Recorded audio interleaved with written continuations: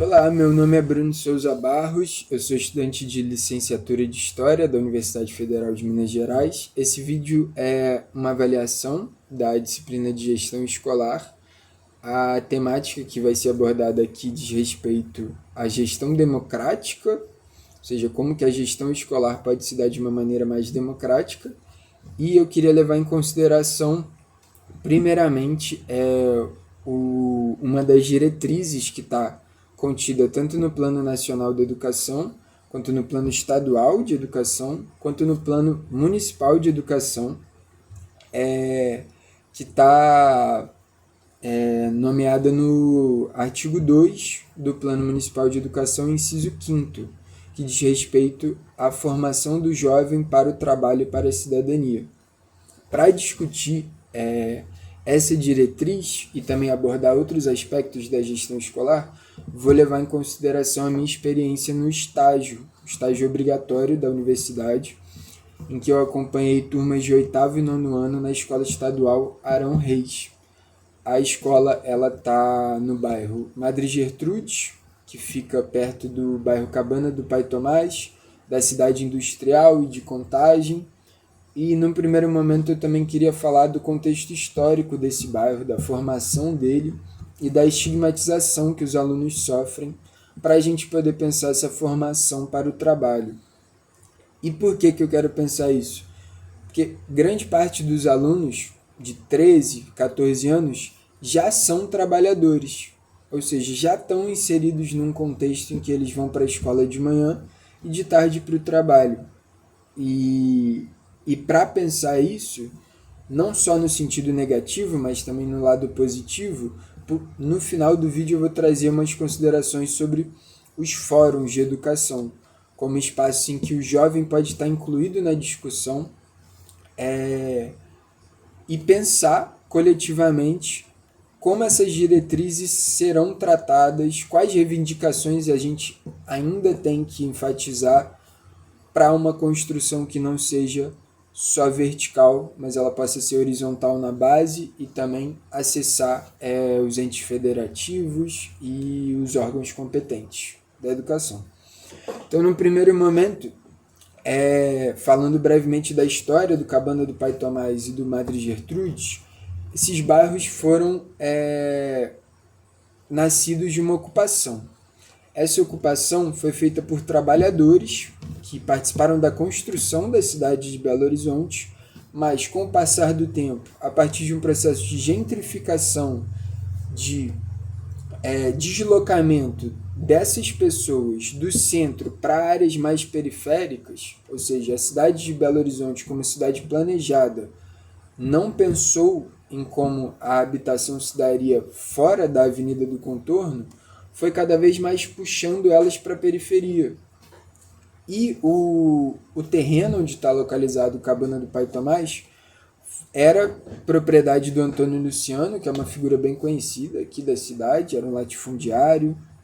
com várias polêmicas, era um cara que plantava eucalipto nos terrenos em que ele cercava e obtinha legitimidade perante a prefeitura, porque era como se ele estivesse reflorestando, né, preservando a mata, o meio ambiente. Então esses moradores eles ocuparam aquela região, construíram em cima e desde o início foram estigmatizados como pessoas violentas, pobres, sem educação, como um ambiente hostil, ou seja, aquela vivência social ali era hostil. Então sempre houve uma violência policial forte, uma estigmatização do bairro como um lugar que não deve ser acessado por quem é de fora, porque é perigoso. Isso se perpetua até hoje, ou seja, os alunos hoje vivem essa estigmatização, só que agora no contexto do tráfico, do crime organizado, de uma forma que as áreas centrais de Belo Horizonte não sofrem, ou seja, é um processo diferente com a comunidade, com a favela, e os alunos que estão ali,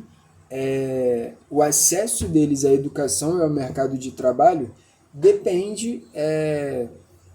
intrinsecamente da realidade social dos pais, que em sua maioria não dispõem de muitos artifícios financeiros, de muitas condições para garantir que esses filhos possam ingressar no mercado de trabalho mais tarde, ou seja, acessar o ensino superior, acessar cursos técnicos, ter tempo de estudo, tempo de lazer. E o que acontece é que grande parte dos alunos que eu tive contato já estão trabalhando. E qual que é a relação disso com a gestão democrática da escola? É porque se uma das diretrizes nacionais, estaduais e municipais da educação é justamente a formação para o trabalho, é necessário que a gente problematize a questão dos alunos que já trabalham ainda no ensino fundamental. E como que a gente pensa isso relacionando com a atuação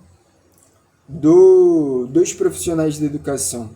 Justamente pelos espaços em que a gente pode realizar essa discussão e pautar essa necessidade de uma atenção maior com os alunos que já trabalham, porque eles não podem ser excluídos de uma diretriz tão importante que é a formação para o trabalho.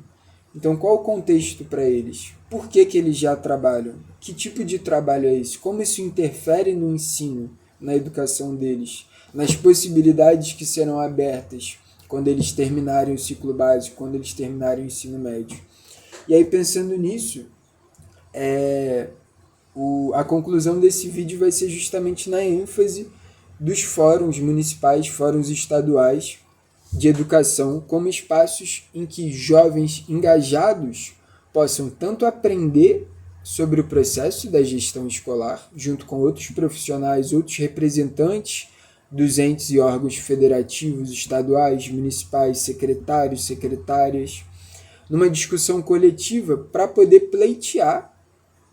perante não só esses fóruns, mas também aos órgãos legislativos, ou seja, de que forma que as políticas públicas estão sendo aplicadas